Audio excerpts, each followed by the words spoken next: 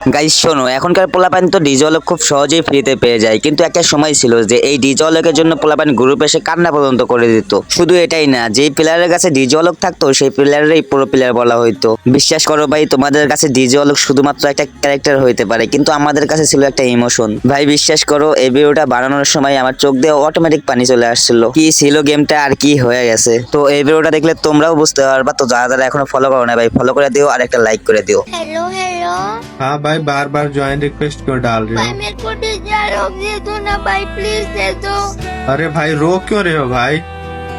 भाई। मेरे को कोई भी डिजायर नहीं देता। आप मेरे गेम में आपके पास बहुत सारी ड्रेसेस थी। यार तो तुम डीजे आलोक लेकर क्या करोगे भाई?